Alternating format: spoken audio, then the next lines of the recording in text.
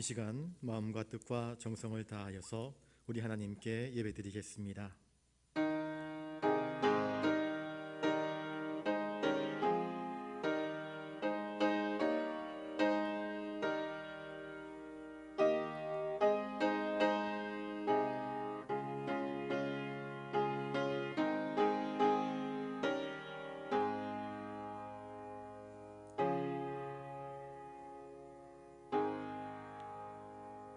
내 아들아, 내 말에 주의하며 내가 말하는 것에 내 귀를 기울이라. 그것을 내 눈에서 떠나게 하지 말며 내 마음속에 지키라. 그것은 얻는 자에게 생명이 되며 그의 온 육체의 건강이 됨이니라. 모든 지킬 만한 것 중에 더욱 내 마음을 지키라. 생명의 근원이 이에서 남이니라. 거룩하신 주님, 저희들이 수요기도로 모였습니다. 주님 말씀을 듣고자 모였습니다. 주님께 간구하고 주님을 찬양하고 주님께 경배드리고자 모였습니다. 이 시간 친히 임재하셔서 우리의 주가 되어 주시옵소서. 우리에게 당신의 전능하심을 나타내 보여 주시옵소서. 우리의 간구에 응답하여 주시옵시고 이 모든 예배를 통하여서 영광받아 주시옵소서.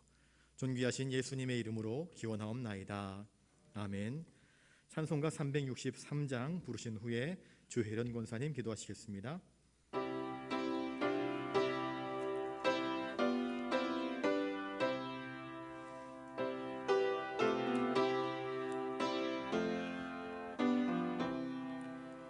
내가 깊은 곳에서 주를 불러 아뢰니 주여 나의 간구를 들어주심 바라고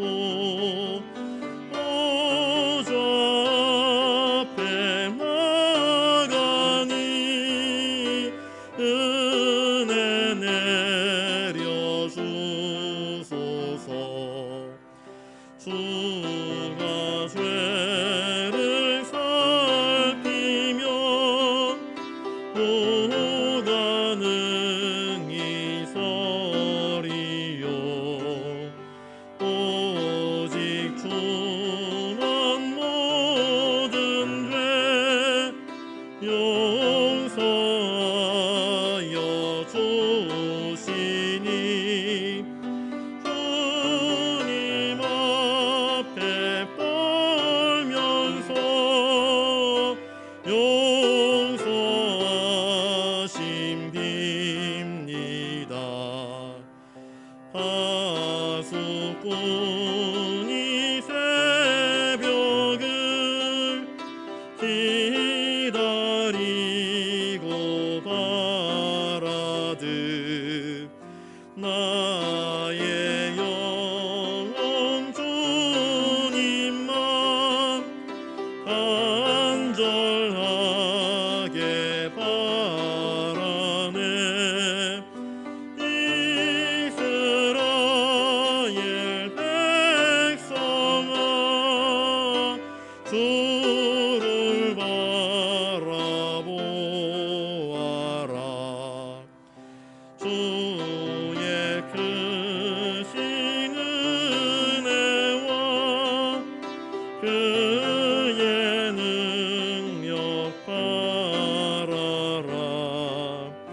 주의 깊은 은총에 우리 구원이 있으니 변함없는 주님만 믿고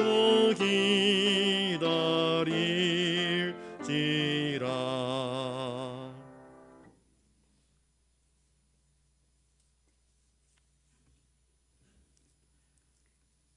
사랑이 많으신 하나님, 주님의 은혜를 감사드립니다. 2020년 한 해도 얼마 남지 않은 요즘 한 해를 돌아보니 여러 가지로 불안과 공포, 혼돈 속에서 힘든 시간이었음에도 주님의 인도하시고 동행하여 주신 큰 손길을 느끼며 감사드립니다. 이 땅의 제 가운데 빛으로 오신 주님, 저희도 주님을 닮아 이 세상의 빛된 삶을 살아가게 도와주옵소서. 세상의 건심과 비웃음의 대상이 아니라 좋은 영향력을 끼치는 주님의 향기나는 그리스도인의 삶을 살아가게 주님 인도하여 주옵소서.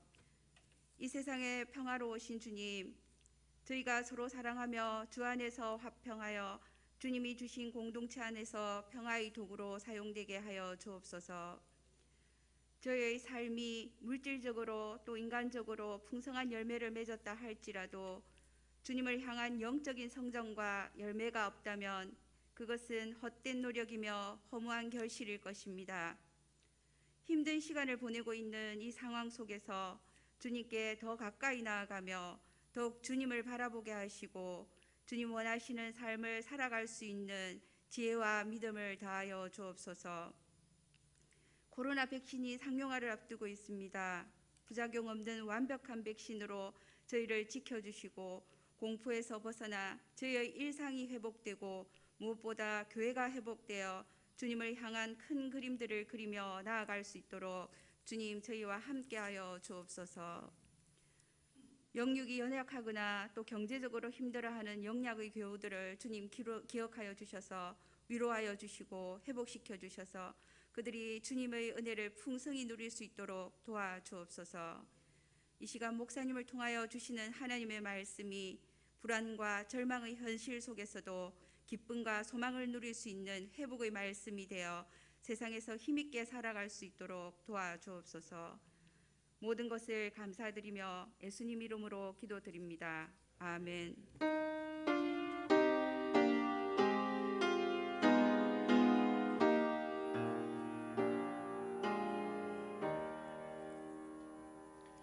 이 시간 하나님께서 우리에게 주시는 말씀은 구약성경 다니엘서 9장 1절부터 19절까지 말씀입니다. 말씀이 좀 길지만 우리가 한 절씩 교독하도록 하겠습니다. 메대 족속 아하수에로의 아들 다리오가 갈대아 나라 왕으로 세움을 받던 첫 해,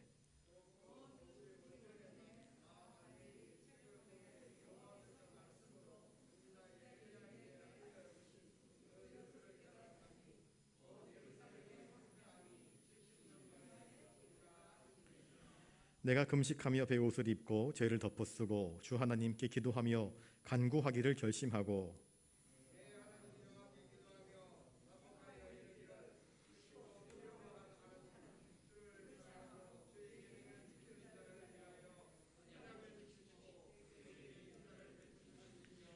우리는 이미 범죄하여 패역하며 행악하며 반역하여 주의 법도와 규례를 떠났사오며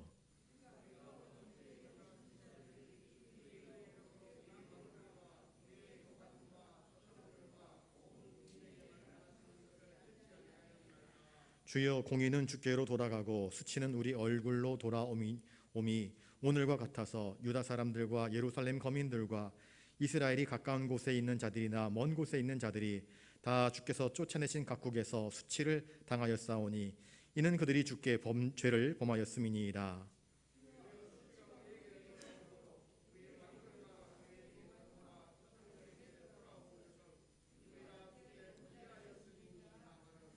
주 우리 하나님께는 긍휼과 용서하심이 있사오니 이는 우리가 주께 패역하였음이오며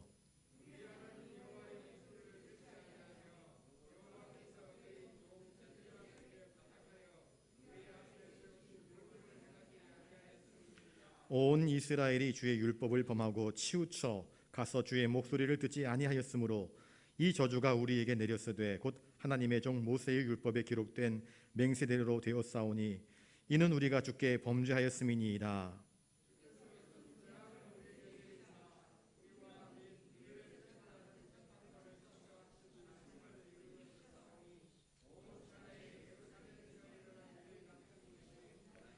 모세의 율법에 기록된 대로 이 모든 재앙이 이미 우리에게 내렸사오나 우리는 우리의 죄악을 떠나고 주의 진리를 깨달아 우리 하나님 여호와의 얼굴을 기쁘게 하지 아니하였나이다.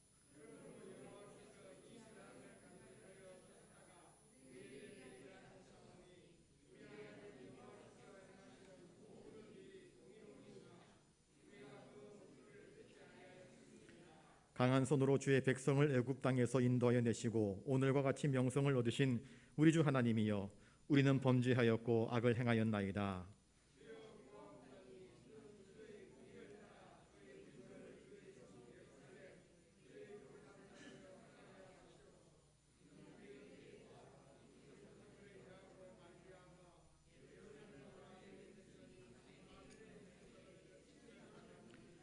그러하온즉 우리 하나님이여, 지금 주의 종의 기도와 간구를 들으시고 주를 위하여 주의 얼굴빛을 주의 황폐한 성소에 비추시옵소서.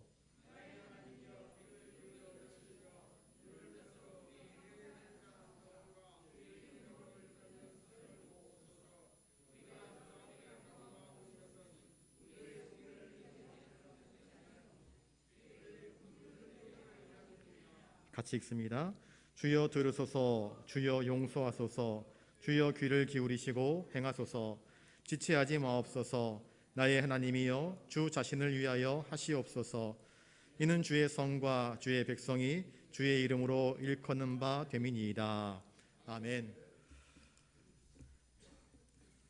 오늘 말씀을 통하여서 우리는 하나님께 어떻게 기도해야 할지, 이 다니엘의 기도를 통하여서 기도하는 자세, 또 기도하는 이유, 또 기도의 방법을 배워나갈 수 있는 은혜가 있기를 주님의 이름으로 축복합니다. 우리 옆에 분들과 인사를 나누겠습니다. 기도하면서 삽시다. 하이델베르그 유리문답은 기도에 대해서 어떻게 가르치고 있는가, 먼저 117문을 보겠습니다. 117문입니다. 같이 읽습니다. 시작. 하나님께서 기뻐하시고 들으시는 기도는 어떠한 것입니까? 첫째, 그의 말씀에서 자신을 계시하신 유일하신 참 하나님에게만 그가 우리에게 구하라고 명하신 모든 것을 마음을 다하여 기도합니다. 둘째, 우리 자신의 부족함과 비참함을 똑바로 철저히 깨달아 그의 어미 앞에 겸손히 구합니다. 셋째, 비록 우리는 받을 자격이 없는 자들이지만 하나님께서 그의 말씀에서 약속하신 대로 우리 주 그리스도 때문에 우리의 기도를 분명히 들어주신다는 이 확실한 근거를 우리는 가지고 있습니다. 118문 보겠습니다. 있습니다. 하나님께서는 그에게 무엇을 구하라고 우리에게 명하셨습니까? 영혼과 몸에 필요한 모든 것인데 그리스도 우리 주께서 친히 가르쳐 주신 기도에 그것들이 다 담겨 있습니다. 우리의 기도가 하나님께 상달될 수 있는 이유는요, 우리가 잘나서 기도를 열심히 해서 부지런하니까, 새벽마다 기도하니까, 밤새도록 기도하니까, 산에 올라가서 나무 뿌리를 뽑으니까 아닙니다.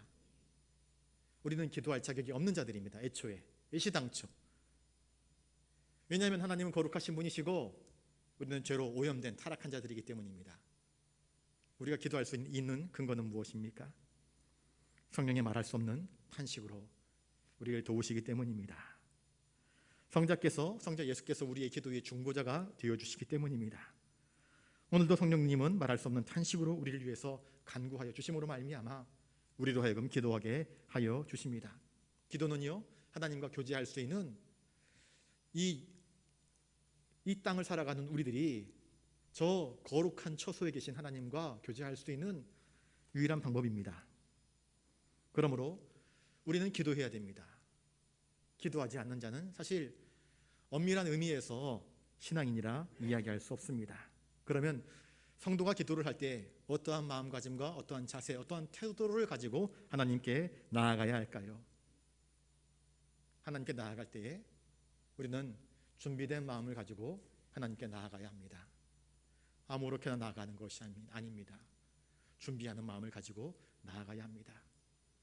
대제사장이 주의 거룩한 성소에 나아갈 때 어떻게 했습니까? 자기를 돌아봅니다. 혹시 하나님 앞에서 부족함이 있을까봐 점검하고 하나님께 나아가는 것입니다.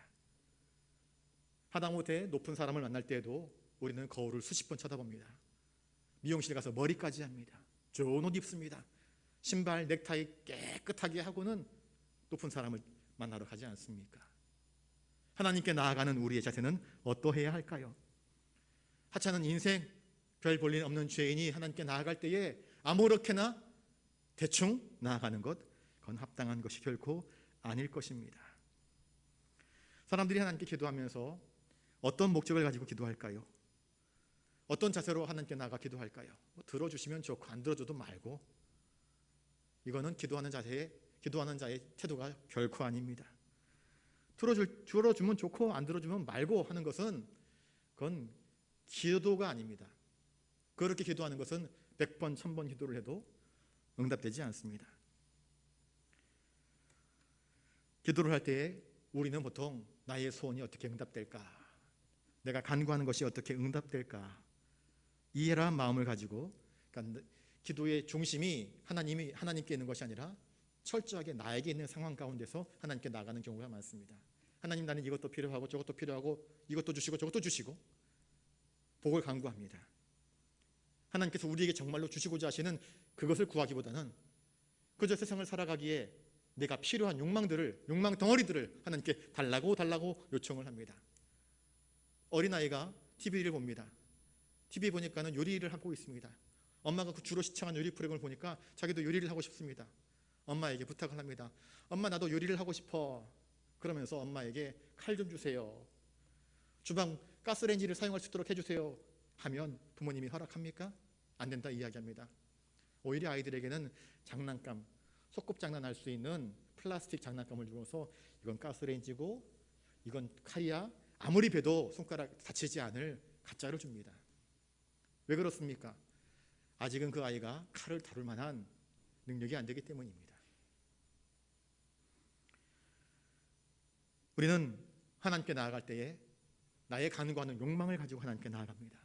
그러나 진짜 기도는 나의 욕망을 구하는 것이 아니라 하나님께서 나에게 원하시는 것이 무엇인지를 캐치하는 것, 이게 참된 기도의 목적인 것입니다. 기도는 저 하늘에 계신 하나님과 또 이 땅을 살아가고 있는 우리가 교제할 수 있는, 대화할 수 있는 유일한 방법이라 말씀을 드렸습니다. 그러니 하나님께 나아갈 때, 하나님께 기도할 때에 내 욕망을 하나님께 아뢰어서, 하나님을 이용해서 내 욕망을 채워야지 하는 마음가짐을 가지고 하나님께 나아간다. 자식이 아버지께 나아갈 때에 아버지에게는 땅이 많이 있으니까 이번에 내가 뭐 사업을 하고 싶은데 아버지 저 땅 파시고 밥 파셔가지고 나에게 좀 사업 자금으로 좀 주십시오 하는 이런 마음을 가지고 아버지께 나가서 이것도 내놓으시오 저것도 내놓으시오 라고 하면 아버지 볼 때에 그 아들이 어떤 아들이 되겠습니까? 한심한 아들 아니겠습니까? 불효막심한 아들 아니겠습니까? 이건 자세가 잘못된 것입니다. 하나님께 나아갈 때에 그런 마음가짐과 태도를 가지고 나아가는 것은 결코 합당하지 않습니다. 하나님의 사람 모세가 양을 치고 있었을 때에 광야에서 불이 꺼지지 않는 가시덤불을 보게 됩니다. 놀라워합니다. 그리고 가까이 다가갑니다. 이게 도대체 웬 조화인가 하면서 가까이 다가갑니다. 그때 음성이 들립니다. 모세에게 내가 서 있는 이곳은 거룩한 곳이니 내 발에서 신을 벗으라 이야기를 합니다. 여러분, 우리가 하나님께 나아갈 때에 하나님께서 우리에게 말씀하시는 음성을 듣기 원한다면 경건한 마음으로, 거룩한 마음으로 주님께 나아가는 것이 합당합니다. 117문에서 하나님께서 기뻐하시고 들으시는 기도가 과연 무엇일까? 종교개혁가 칼빈은 기독교 강요에서 기도의 자세에 대해서 언급을 하고 있는데, 기도의 자세란 진실로 하늘 문 앞에서 하나님을 배우는 듯한 태도로 기도하는 것이 올바른 기도의 방법입니다 하면서 기도의 4가지 법칙을 이야기합니다. 첫 번째, 하나님께 나아갈 때에 경외함을 가지고 나아가십시오. 하나님께 나아가는데 두려워함 없이 건들건들 건방지게 나아가는 것은 하나님을 경외하는 태도가 아니라고 이야기를 하고 있습니다. 하나님께 나아가는 것은 사실 두려운 것입니다. 하나님은 공의로우신 분이시고 거룩하신 분이시기 때문에 인간이 하나님을 접한다 하는 것은 구약시대 때는 상상도 할 수 없는 일이었습니다. 그만큼 두려운 일이었습니다.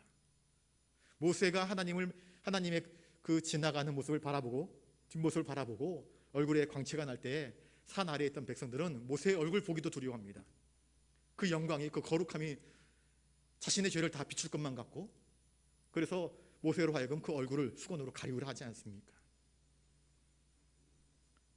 하나님께 나아갈 때 우리는 경외함을 가지고 하나님께 나아가야 합니다. 기도 역시 마찬가지입니다. 두 번째 기도할 때 하나님, 나는 연약한 죄인입니다. 나는 무지한 백성입니다. 하나님께 나아가기에 합당한 자가 아닙니다. 자신의 연약함과 비참함, 죄인됨을 깨닫고 하나님 앞에 나아가야 합니다. 그럴 때 나의 능력을 의지하고 나의 수고를 의지하고 하나님, 나 이렇게 기도하는 사람입니다. 저는 40일 금식합니다. 산 위에서 기도합니다. 나무 뿌리를 몇 개나 뽑았는지 모릅니다. 자기의 기도의 공적과 공로를 자랑하는 것이 아니라 겸손함으로 철저하게 다 내려놓고 모든 사회적인 권위, 명예, 존경받는 것 다 내려놓고 하나님 앞에서 철저하게 어린아이처럼 나아가 엎드려 간구해야 하는 것입니다. 그 태도가 바로 겸손입니다. 그리고 하나님께 나아가는 자는 반드시 그가 자기를 찾는 자들에게 상 주시는 이심을 믿는 믿음을 가지고, 확신을 가지고 하나님께 나아가야 한다. 칼빈은 우리에게 가르쳐주고 있습니다. 자, 117문에서 하나님께서 기뻐하시고 들으시는 기도의 첫 번째가 무엇입니까? 117문 첫 번째 한번 보여주십시오. 첫째 같이 읽습니다. 시작. 그의 말씀에서 자신을 계시하신 유일하신 참 하나님에게만 그가 우리에게 구하라고 명하신 모든 것을 마음을 다하여 기도합니다. 하나님께 나아갈 때 우리가 하나님을 경외함으로 나아가야 할 터인데, 여러분, 기도를 드릴 때에 하나님께 기도를 드려야 될 터인데 하나님인 것처럼 보이는 것에게 기도를 하는 사람들이 의외로 많습니다. 이것은 하나님을 알지 못하고 기도하는 것입니다. 이것도 하나님, 저것도 하나님 아니냐? 이 종교도 그가 믿는 신이 있고 저 종교도 그가 믿는 신이 있는데 이 신이나 저 신이나 마찬가지 아니냐? 그래서 타 종교의 신, 우리가 믿는 하나님, 그걸 동일하게 묶어버리면 거기 가서도 절하는 것입니다. 가서 빌고 돈도 놓고 동전도 던지고 그리고 비는 것입니다. 뭐 그 하나님이나 이 하나님이나 똑같은 하나님 아니냐? 아닙니다. 그런 신앙은 옳지 못합니다. 그런 섞여 있는 신앙은 합당한 것이 결코 아닙니다. 하나님은 나 이외에는 다른 신을 너에게 있게 하지 말라, 십계명의 첫 번째 돌판에 새겨놓았습니다. 하나님이 아닌 다른 것에게 엎드려 간구해 보시길 바랍니다. 그건 그 돌에, 아무리 아름다운 돌에 아무리 숙련된 세공업자가 그걸 세공하고 금칠을 하고 은칠을 하고 수시를 박아놓고 다이아몬드를 박아 놓았다 할지라도 그 신은 우리에게 응답하지 않습니다. 간구하는 자의 자기 만족일 뿐입니다. 응답하지 못하는 신에게 기도하는 것은 어리석은 일입니다.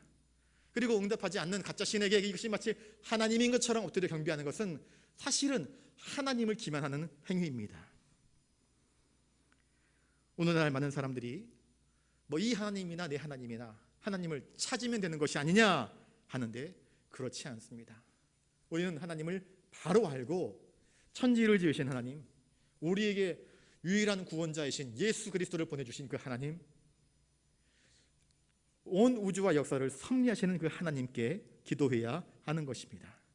모르고 기도하는 것이 아니라 우리는 알고 기도해야 하는 것입니다. 구약의 여로보암 시대에 북이스라엘은 여로보암이 많은 사람들이 예루살렘으로 가서 예배를 드리니까 그냥 내버려 두었다가는 이 백성들이 다 예루살렘으로 가서 내 편에게서 다 떠나가 버릴까 두려워하여서 저 베델에 단을 세워놓고 거기 금송아지 형상으로 이것이 하나님이라 그렇게 이야기를 합니다. 그리고 금송아지 형상 앞에 엎드려 절하라 이야기한 것입니다. 북이스라엘 백성들은 뭣도 모르고 그러냐, 왕이 그렇게 명령을 하니까 여기도 하나님인가 보다 해서 금송아지 앞에 나아가서 엎드려 절을 합니다. 그러면 그것이 하나님입니까? 그들은 그 앞에서 치성을 드렸습니다. 비나이다 비나이다 했습니다. 기도했습니다. 몸부림쳤습니다. 그런데 그들이 아무리 금송아지를 하나님으로 믿고 엎드려 절하고 간구했다 할지라도 하나님은 오히려 그들의 그 행위를 영적인 간음으로 규정지었습니다. 가증하게 여기셨습니다. 우리가 하나님께 기도한다는 것은 우리의 기도의 대상이 누구이신지 분명히 알고 기도하는 것이 합당합니다. 우리가 기도하는 대상이 정확하게 하나님, 천지 만물을 창조하신 하나님, 우리를 사랑하시는 하나님, 우리를 구원하시기를 기뻐하시는 하나님, 공의와 자비와 긍휼의 하나님, 그 공의를 이루시기 위하여서 마침내 당신의 아들 예수 그리스도를 이 땅 가운데 보내주신 그 하나님, 역사하시고 섭리하시는 하나님, 구원의 능력이 되시는 그 하나님, 그 하나님께 나아가 엎드려 기도하는 것입니다. 그러면 우리는 이 하나님을 어떻게 알 수 있는가? 여러분, 하나님은 감정적으로 알 수 있는 것이 아닙니다. 하나님은 우리의 어떤 치성, 종교심으로 알 수 있는 분이 결코 아닙니다. 그러면 우리는 하나님을 어떻게 알 수 있을까요? 너희는 여호와를 힘써 알라 그랬는데 하나님을 어떻게 알 수 있을까요? 하나님을 알 수 있는 방법은 한 가지입니다. 하나님께서 우리에게 하신 말씀, 이 성경을 통하여서 우리는 하나님을 알 수 있습니다. 우리가 성경을 읽고 묵상하는 이유는 무엇입니까? 바른 하나님을 알기 위해서입니다. 바른 신앙을 갖기 위해서입니다. 여러분, 그래서 성경을 읽고 또 읽어야 하는 것입니다. 그래야 바르게 기도할 수 있기 때문입니다. 성경에 나오는 많은 기도들을 보십시오. 오늘 다니엘의 기도를 보십시오. 그는 정확하게 하나님을 알고 기도하고 있습니다.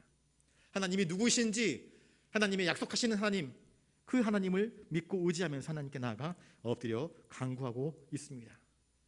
우리는 이 하나님께서 친히 계시하신 성경 말씀을 통하여서 하나님의 구원 계획, 하나님의 공의, 하나님의 긍휼, 하나님의 사랑, 하나님의 심판, 하나님의 구원의 역사를 알 수 있는 것입니다. 그러므로 우리가 힘써 성경 말씀을 읽고 또 묵상해야 할 필요가 있는 것입니다. 117문의 두 번째 답을 한번 보겠습니다. 두 번째, 시작. 우리 자신의 부족함과 비참함을 똑바로 철저히 깨달아 그의 어미 앞에 겸손히 구합니다. 우리의 기도의 두 번째 자세는 바로 이것입니다. 우리의 부족함을 아는 것입니다. 여러분, 아무리 똑똑해도 우리의 지식, 우리의 이성, 우리의 능력에는 한계가 있습니다.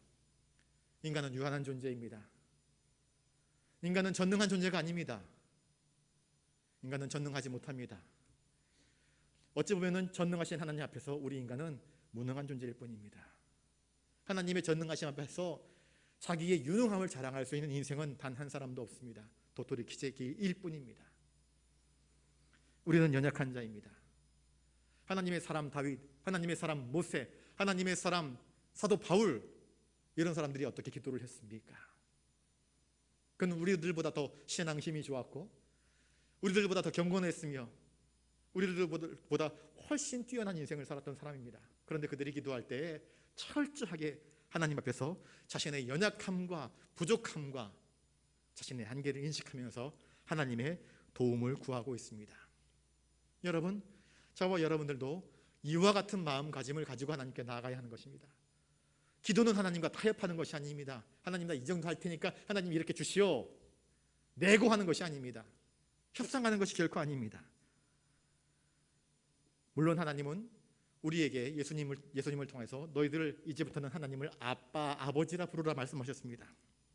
우리는 식탁에 둘러 앉아서 아빠에게, 아빠 나 내일 뭐가 필요한데 용돈 좀 주세요 라고 하는 것처럼 이야기할 수도 있을 것입니다. 그러나 더 근본적인 자세는 우리가 구원받은 죄인이라는 사실을 잊지 말아야 하는 것입니다.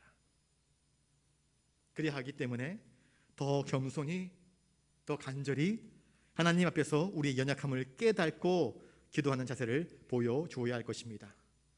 창세기 28장에 야곱이 형 에서를 피하여서 아버지 야곱에게서부터 아버지 이삭에게서부터 형의 축복의 장자의 축복권을 뺏은 일로 인하여서 형이 아버지 장사를 지내고 나면 저놈 내가 죽여버릴 거야 하는 그러한 이야기를 듣고는 외삼촌 라반에게 도망치던 그 과정 가운데에서 그들은 베델에서 여호와의 사닥다리가 오르락내리락 하는 것을 보게 됩니다. 그리고 거기서 그는 엎드려 하나님께 경배하며 소원을 하게 됩니다. 하나님을 만나는 사람들의 특징은 무엇인가? 두려워하는 것입니다. 그리고 엎드리는 것입니다. 경배하는 것입니다.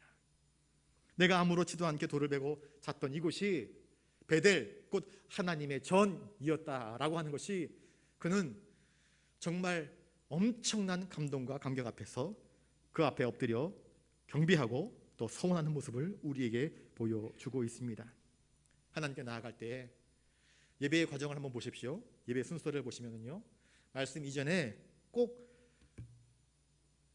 회개 기도 시간이 있습니다. 이것은 무엇입니까? 하나님, 우리 연약함. 지난 한 주간도 의롭게 살아야 되는데 의롭게 살지 못하고, 사랑해야 되는데 사랑하지 못하고, 충성해야 되는데 충성하지 못하고, 주님을 닮은 삶을 살아야 되는데 주님을 닮은 삶을 살아가는 것이 아니라 욕망을 따라 살아갔던 나 자신의 무능한 삶을 돌이켜보면서, 하나님, 그렇습니다. 주님 없이 내 의지와 내 방식대로 살면 또 넘어집니다. 하나님, 도우심 없이는 우리는 단 한순간도 살아갈 수 없습니다. 하오니 주님, 우리에게 은혜를 베풀어 주시옵소서 하며 엎드리는 회개의 기도가 항상 필요합니다. 왜 우리는 항상 회개해야 할까요? 주님께서 이 땅에 오셔서 내뱉으셨던 초성이 무엇입니까? 회개하라, 천국이 가까이 왔느니라 하지 않았습니까? 그것이 주님의 첫 일성이었습니다. 우리는 왜 회개해야 합니까? 사실 우리는 그 누구 하나 하나님 앞에 설 수 없는 죄인들이었기 때문입니다. 예수 그리스도의 보혈의 공로 아니면 하나님 앞에 감히 설 수 없는 자들이 바로 우리들 아니겠습니까? 기도가 진정한 의미에서 하나님과 영적인 교제라고 한다면 우리는 먼저 자기 죄를 깨끗하게 고백하고 하나님과의 교제를 이루어 가야 할 것입니다. 그러므로 기도는 하나님, 나 이 정도 했으니까 하는 의기양양한 자세로 하나님께 나아가는 것이 아니라, 하나님, 나는 여전히 부족합니다. 나는 여전히 무능합니다. 의에 대해서 무능하고, 사랑에 대해서 무능하고, 진리에 대해서 무능합니다. 하오니 주님, 나를 불쌍히 여기시고 은혜와 긍휼을 베풀어 주시옵소서 하며 겸손한 마음으로 하나님께 나아가는 것이 합당한 기도의 자세이며 예배의 자세인 것을 말씀해 주고 있습니다. 세 번째를 하기 전에 118문을 한번 보여주십시오. 118문입니다. 같이 읽겠습니다. 하나님께서는 그에게 무엇을 구하라고 우리에게 명하셨습니까?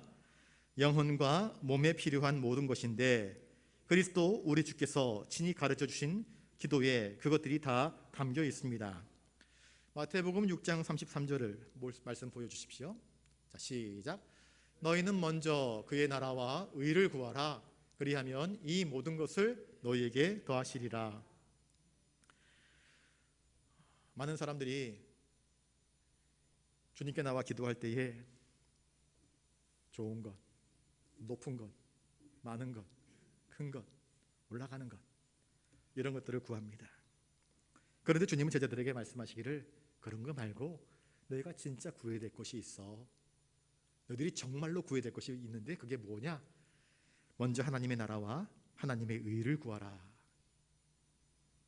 내가 서 있는 땅이 하나님이 다스리는, 하나님이 통치하시는 땅이 되고 네 마음이 하나님 나라, 하나님 백성이 합당한 마음이 되어야 돼. 그의 나라가 너 안에서 이루어져야 돼. 너 자신의 삶 속에서 그의 의를 구하라. 하나님께서 말씀하시는데 말씀하시는 대로 이루어지지 않으면 그의 나라가 이루어질 수 없고 그의 의가 이루어질 수 없습니다. 여러분, 만사형통의 비법이 무엇입니까? 무슨 일을 만나든지 만사형통하리라 그러는데 만사형통의 비법이 무엇입니까? 우리가 주님을 의지하는 것 아니겠습니까? 주님을 따라가는 것 아니겠습니까? 어떤 상황에서도 주님을 부인하지 아니하고 주님 뜻대로 살아가는 것, 그럴 때에 그렇게 한다면, 너희가 먼저 그의 나라와 그의 의를 구하면 나머지 것은 하나님께서 다 책임지신다라고 우리 주님이 말씀하고 계십니다. 그러니 너희는 이방인들처럼, 세상 사람들처럼 높아지려고 아귀다툼하지 말고, 많이 가지려고 애쓰지 말고, 정말로 하나님의 나라가 나의 삶 속에서 이루어지는지를 살펴보고 나 자신이 하나님의 의를 쫓아서 순종하고 있는지를 살펴보면서 그것을 먼저 구할 수 있어야 된다. 너 자신이 하나님 앞에서 바로 세워지게 된다고 한다면 하나님은 너를 통하여서 크고 놀라운 일들을 행하신다 하시는 말씀입니다. 눈에 보이는 것, 현실적인 것을 추구하는 인생은 누구나 할 수 있는 것입니다. 그러나 우리 하나님께서, 또한 우리 주님께서 우리에게 정말로 주시고자 하시는 것은 내 한 사람이, 너 한 사람이 하나님 앞에서 하나님의 나라를 추구하고 하나님의 의를 따라 순종하면서 하나님이 기뻐하시는 삶을 살아가고 있느냐, 이것을 원하신다 말씀하고 있습니다. 그렇게 될 때에 네가 하나님 앞에서 바르게 올바르게 세워져 있다고 한다면 그 외의 것은 하나님께서 붙드시고 책임져 주시고 인도해 주신다 말씀하고 있는 것입니다. 118문에 의하면 우리가 기도하는 이유는 무엇인가? 우리의 영혼과 몸에 필요한 모든 것, 그 모든 것이 하나님께로부터 나온다는 사실을 믿으라는 것입니다. 여러분, 모든 것이 하나님께로부터 와서 모든 것이 하나님께로 돌아간다, 성경은 말씀하고 있습니다. 우리의 외적인 것, 우리의 내적인 것 다 하나님께로부터 와서 하나님께로 돌아가는 것임을 기억하실 수 있기를 바랍니다. 그러니 눈에 보이는 것에 너무 현혹되지 마시고 하나님의 뜻에, 하나님의 의가, 하나님의 나라가 내 안에서 어떻게 이루어지고 있는지를 자세히 살펴보시고 하나님의 뜻에 순종할 줄 아는 자가 되실 수 있기를 바랍니다. 하나님 없으면, 하나님에게서 내가 끊어져 나가면 나는 더 이상 존재할 수 없는 앙상한 가지일 뿐입니다. 예전에 울산에 살 때에 저희 사택에서 교회까지 걸어가는 길에 초등학교가 하나 있었습니다. 초등학교를 지나가게 되면 거기 큰 벚나무가 하나 있었는데 봄이 되었는데 이상하게 다른 데는 다 가지가 하얗게 피었는데 벚꽃이 하얗게 피었는데 큰 나무인데 한 가지만 벚꽃이 하나도 안 피었습니다. 왠가 해서 가까이 다가가 봤더니 누가 올라탔는지 아니면 벼락을 맞았는지 나무 중간에 큰 가지가, 엄청나게 큰 가지였습니다. 그게 나무에서 이렇게 끊어진 것입니다. 붙어있기는 붙어있는데 수액을 공급받을 수 없을 만큼 나무가 가지가 이렇게 척 쳐져 있더라고요. 다른 가지는 멀쩡합니다. 근데 그 가지만 벚꽃이 피지 않았습니다. 당연히 버지도 피지 않아, 열매도 맺히지 못했겠지요. 나무에 붙어있기는 붙어있습니다. 그런데 수액을 공급받지 못하니까 그 나무는 이제 한 해가 지나가면 아마 손으로 부러뜨리면 툭툭툭 꺾어져 나갈 수밖에 없는 앙상한 가지로 되어버리고 말았던 것을 보았습니다. 그렇습니다. 하나님과 어떠한 관계를 맺고 있느냐 하는 것이 우리 신앙인에게는 참으로 중요한 것입니다. 오늘 본문의 말씀을 한번 보겠습니다. 다니엘은 어떻게 기도하고 있는가? 다니엘은 바벨론 포로 시대에 살았던 사람입니다. 다니엘은 어떻게 기도하고 있습니까? 다니엘 9장 16절 말씀 보여주시겠습니다. 같이 한번 읽겠습니다. 시작. 주여 구하옵나니 주는 주의 공의를 따라 주의 분노를 주의 성 예루살렘 주의 거룩한 산에서 떠나게 하옵소서.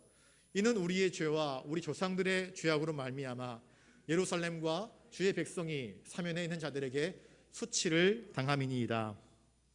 다니엘은 무엇이라 기도하고 있습니까? 우리를 용서해달라고, 우리를 용서해달라고 기도하고 있습니다. 어떻게 나같이 미천한 인간이 하나님께 이러한 요청을 할 수 있을까? 다니엘은 자기가 기도하는 대상이 누구인지를 분명히 알고 있었습니다. 왜 우리 민족이 사방으로 찢겨지고 바벨론으로 포로로 끌려와서 이 기가 막힐 고통을 당하고 있게 되었는가? 그 원인이 무엇인가를 정확하게 알고 있었던 것입니다. 하나님과의 관계에서 비롯된 우리의 불순종과 우리의 불신앙과 우리의 죄악 때문임을 그는 명확하게 알고 있었습니다. 9장 2절 보겠습니다. 2절입니다. 같이 읽습니다. 시작. 곧 그 통치 원년에 나 다니엘이 책을 통해 여호와께서 말씀으로 선지자 예레미야에게 알려주신 그 연수를 깨달았나니 곧 예루살렘의 황폐함이 70년 만에 그치리라 하신 것이니라. 다니엘이 기도할 수 있었던 것, 다니엘은 책을 통해서 여호와의 말씀을 정확하게 알고 있었습니다.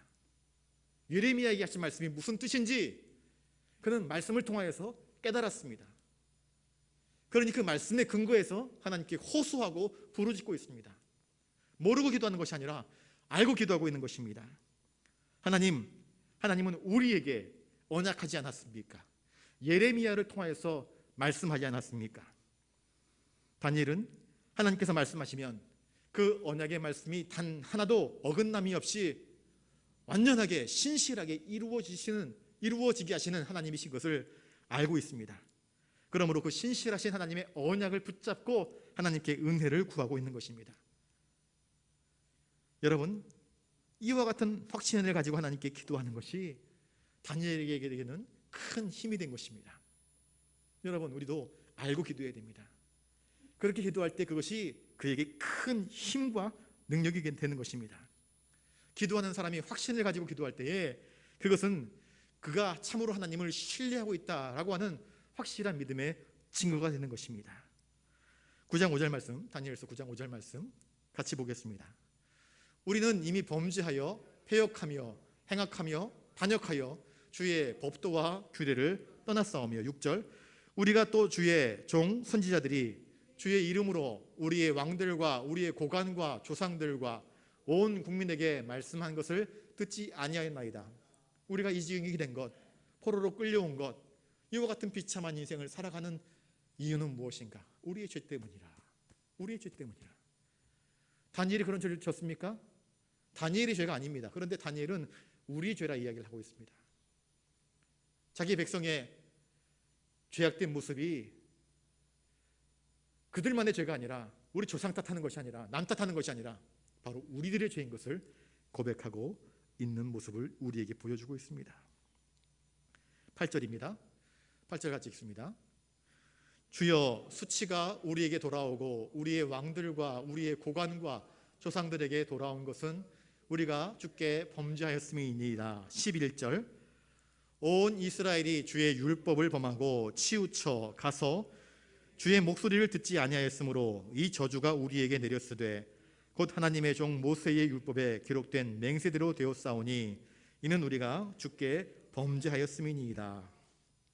다니엘은 이 하나님 말씀을 가지고 하나님이 누구이신지를 확실히 알고 하나님이 언약하시는 분, 우리가 불순종하였을 때에 불신앙하였을 때에 이와 같은 놀라운 상상도 하지 못했던 하나님의 징계를 내리신 분이심을 알고 기도하고 있습니다. 또한 하나님은 우리를 징계 가운데 내버려 두시는 것이 아니라 우리를 돌이킬 수 있도록 긍휼과 자비를 베풀어 주시는 은혜의 하나님이신 것을 알고 기도하고 있습니다. 백성들의 죄, 민족의 죄를 통렬히 회개하면서 하나님께 간구할 때에 겸손한 모습으로 나아가 하나님의 은혜를 구하며 간구하고 있는 모습을 우리에게 보여주고 있습니다.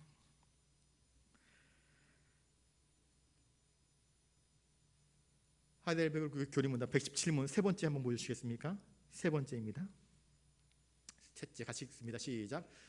비록 우리는 받을 자격이 없는 자들이지만 하나님께서 그의 말씀에서 약속하신 대로 우리 주 그리스도 때문에 우리의 기도를 분명히 들어주신다는 이 확실한 근거를 우리는 가지고 있습니다. 다니엘은 근거를 가지고 기도했습니다. 하나님의 언약, 긍휼, 예레미야를 통해서 계시하신 그 말씀, 그 근거를 가지고 하나님께 기도하고 있습니다. 여러분, 우리도 기도할 때에 확신을 가지고 하나님께 기도할 수 있기를 바랍니다. 그러면 힘이 있습니다. 지치지 않습니다. 피곤하지 않습니다. 확신은 내가 무언가에 대한 자신감을 갖는 것이 결코 아닙니다. 여기서 말하는 확신은 하나님께서 우리에게 말씀하셨고 또 하나님은 그 언약에 신실하시고 우리가 우리의 죄를 깨닫고 겸비하여 스스로를 치며 돌이킬 때에 우리를 언제든지 구원하여 주신다는 그 확실한 약속을 믿고 겸비한 자세로 엎드리면서 하나님께 기도하는 그 확신입니다. 하나님이 반드시 듣겠다고 하신 그 약속을 믿는 데서 기도하는 사람의 힘이 나오는 것입니다. 그러므로 우리가 기도할 때에 우리에게 말씀하시고 약속하신 그 하나님을 확실히 알고 또한 하나님 앞에서 우리의 연약함, 우리의 무능함, 우리의 한계를 깨닫고 하나님을 향한 참된 지식과 자기 자신을 겸손하게 낮추는 가운데에 신실하신 하나님의 약속의 말씀을 확신하며 믿음으로 하나님께 나아가 기도할 수 있기를 바랍니다. 그리고 이러한 기도를 통해서 하나님의 선하신 뜻이 우리 가운데 여러분들을 통해서 이루어지는 놀라운 축복이 있기를 주님의 이름으로 축복합니다. 기도하겠습니다. 하나님, 우리는 어떻게 기도해야 하겠습니까? 이곳 저곳 이신 저신 이것에게 빌어보고 안 되면 다른 것에게 또 빌어보지 하는 것이 아니라 천지를 지으시고 우리를 당신의 형상으로 빚으시고 죄로 말미암아 타락한 우리 인생을 포기하지 아니하시고 여전히 사랑하셔서 독생 성자 예수 그리스도를 우리에게 보내주셔서 우리의 죄 대신 십자가에 못 박게 하시기까지 우리를 사랑하시는 그 하나님을 확실히 신뢰함으로 그 하나님께만 엎드려 경배하고 기도할 수 있도록 도와주시옵소서. 우리 자신의 한계, 우리 자신의 무능함, 우리 자신의 연약함을 깨닫고 겸손히 주님 앞에 나와 주님의 자비와 긍휼을 호소할 수 있는 자가 되게 하여 주시옵소서. 비록 우리가 죄를 범하였을지라도 진심으로 통회하며 자복하며 회개할 때에 넉넉히 우리를 용서하시고 긍휼을 베풀어 주시는 하나님의 언약을 근거로 하여서 확실한 믿음을 가지고 하나님께 나와 간구하는 자가 되게 하여 주시옵소서. 그래서 하나님의 나라와 의를 이루는데 우리가 사용될 수 있도록 도와주시옵소서. 오늘도 주님만 의지하옵고 존귀하신 예수님 이름으로 기도드리옵나이다. 아멘. 찬송가 366장 찬양하겠습니다.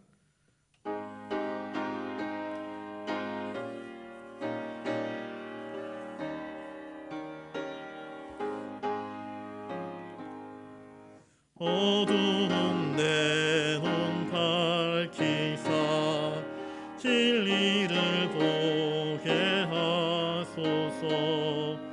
진리의 열쇠 내게 주사 참 빛을 찾게 하소서. 깊으신 뜻을 알고자 엎드려 기다리오니 내 눈을 뜨게 하소서. 성령이여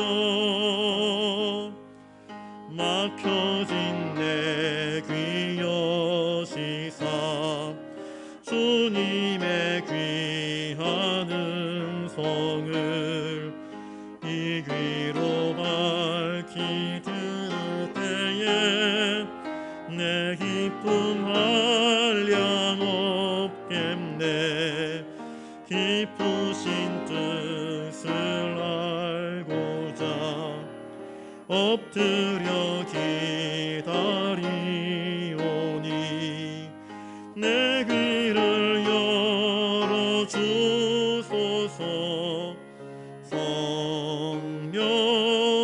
성령이여 봉해진 내 입 여시사 복음을 널리 전하고 차가운 내 맘 녹여주사 사랑을 하게 하소서. 깊으신 뜻을 알고자 엎드려 기다리오니 내 입을 열어주소서.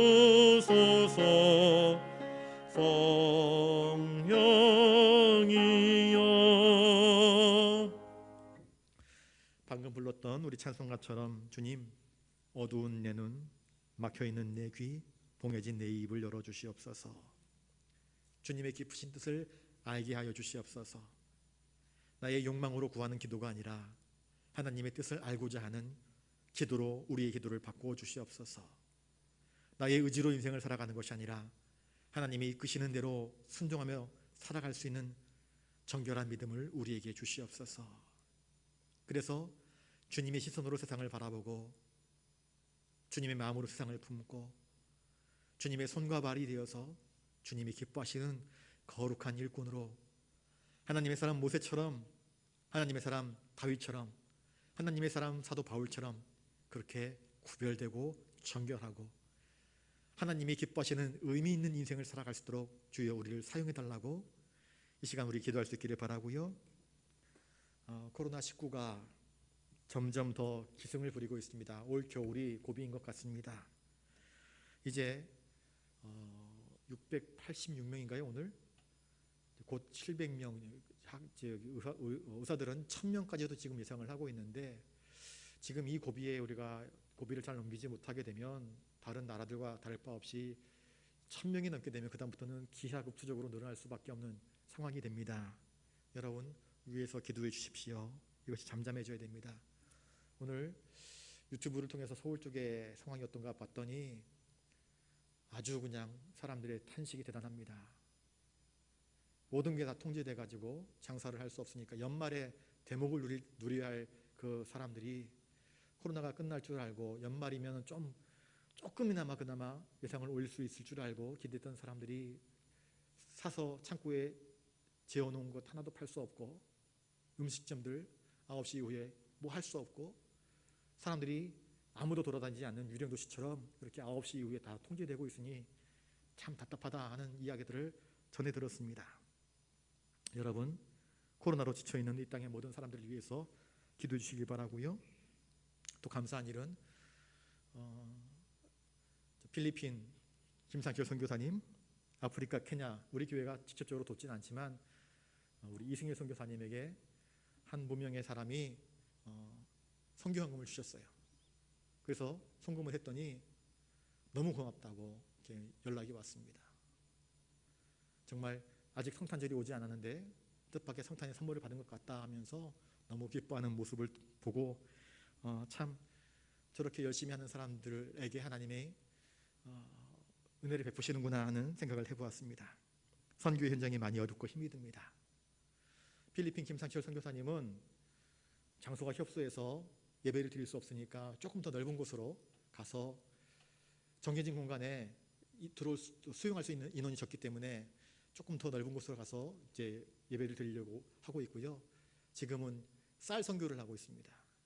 지금 필리핀 같은 경우에는 다 통제가 돼가지고 사람들이 일자리를 놓아버렸기 때문에 먹고 살 수 없으니까, 그래서 쌀을 사가지고 1kg, 2kg, 3kg 이렇게 나눠가지고 봉지에 나눠가지고 한 집 한 집 전달해 주면서 성경 구절 써가지고는 전달해 주는 그 사역을 하면서 하고 있고, 또 아이들이 수업을 할 수 없으니까 가난한 아이들은 노트북도 없고 타블렛 PC도 없고 그러니까 그 이제 자기 집에 있던 낡은 그 타블렛 PC들을 전해주고 아이들이 함께 보면서 와이파이를 통해 가지고 영상으로 공부할 수 있도록 그렇게 해주는 그런 일들을 통해서 선교의 일들을 계속해서 꾸준히 이어가는 그런 모습을 전해주었습니다.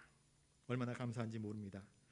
그 선교사님들을 위해서 여러분들이 기도해 주시고, 우리 아프신 환자분들을 위해서도 기도해 주시고, 우리 교회를 위해서 30년 후 우리 교회가 존재할까? 우리 다음 세대들이 여기 지금 하랑이 혼자 앉아 있는데 30년 후 우리 교회가 어떻게 될까 하면 다음 세대가 참 아득하기만 합니다. 출산율 0%로 돌아갔습니다. 0%, 0. 몇 %입니다. 올 한 해는 더욱더 코로나 때문에 결혼이 지연되거나 아니면 아예 미뤄지거나 하는 일들이 벌어지고 있습니다. 결혼도 못하고요. 또 아이 낳는 것도 두려워하고 있습니다. 지난번에 파이어족 얘기했었지요. 결혼하고도 아이를 안 낳으려고 합니다. 그런 시대가 되어버렸습니다. 위에서 기도해 주십시오. 이렇게 되면 우리나라 다음 세대 때는 오히려 다른 나라 사람들이 우리나라에 와서 이 땅을 잠식해 들어갈지도 모릅니다. 이 땅이 더 이상 우리 땅이 아닌 것이 될 수도 있다는 것입니다. 그러니 우리가 기도해야 될 것입니다. 정치인이 정치를 잘 내야 될 터인데 정치인들의 모습을 보면 참 가슴을 아프게 하고 한숨 탄식이 나오게 하는 그런 일들이 벌어지고 있습니다. 기도해 주십시오. 요셉처럼 어려운 때에 백성을 선하게 이끌어갈 수 있는 정말 좋은 정치 지도자를 이 한국 땅에도 우리 교회를 통해서 배출할 수 있도록 하나님 은혜를 베풀어 달라고 기도해 주시기 바랍니다. 정치, 경제, 문화, 교육, 국방 등 많은 방면에 놓고 기도해 주시길 바라고, 여러분 가지고 오신 기도 제목을 가지고 이 시간 한 3, 4분 같이 기도하도록 하겠습니다. 기도하겠습니다. 거룩하신 아버지 하나님,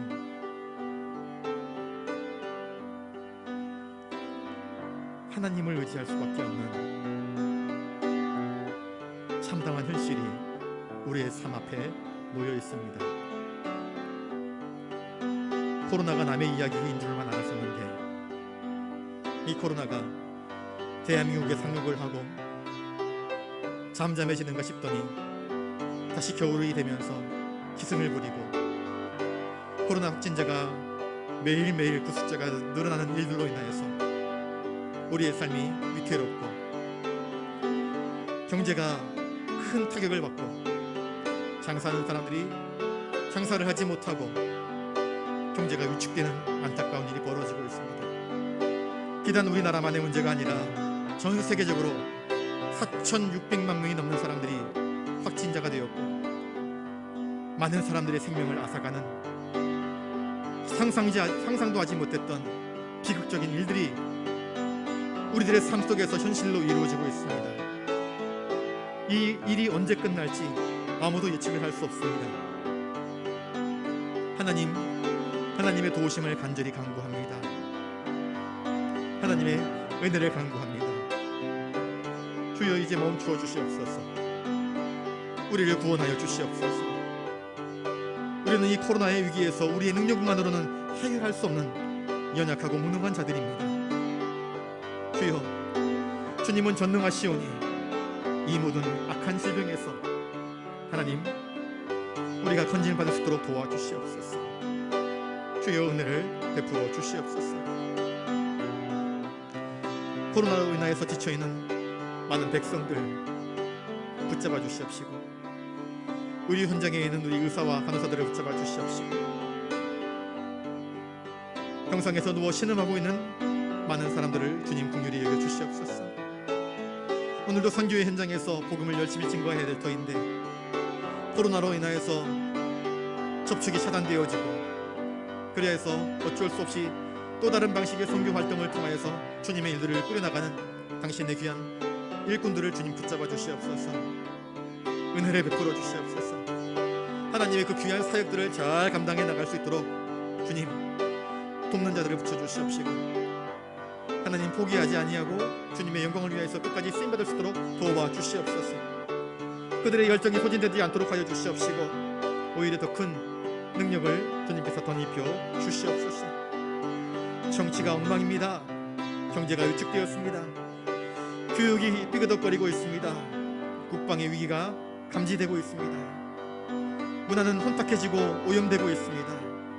하나님, 이러한 어려운 때에 교회가 희망이 되어야 될 터인데, 교회가 등불이 되어야 될 터인데, 교회가 희망이 되지 못하고 민족의 등불이 되지 못하고 있습니다. 주님, 우리 교회의 연약함을 불쌍히 여겨 주시옵소서.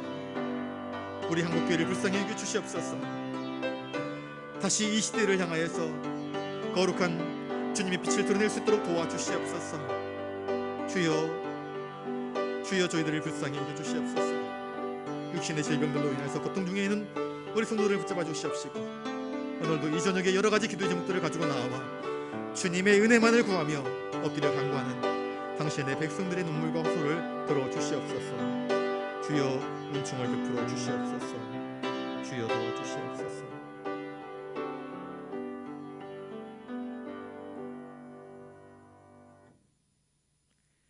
인간의 과학기술과 정보, 지혜, 그 엄청난 테크노 시대를 자랑했지만 코로나19라고 하는 눈에 보이지 않는 바이러스 하나로 인하여서 전 세계가 초토화되었습니다. 하나님, 인간은 연약합니다. 우리는 무능하고 우리는 한계를 경험할 수밖에 없습니다. 전능하신 하나님, 하나님의 도우심을 구합니다. 이 땅과 이 백성, 전 세계를 주님께서 불쌍히 여기시고 긍휼을 베풀어 주시옵소서. 속히 코로나의 이 악몽에서 떨쳐 일어날 설 수 있도록 도와주시옵소서.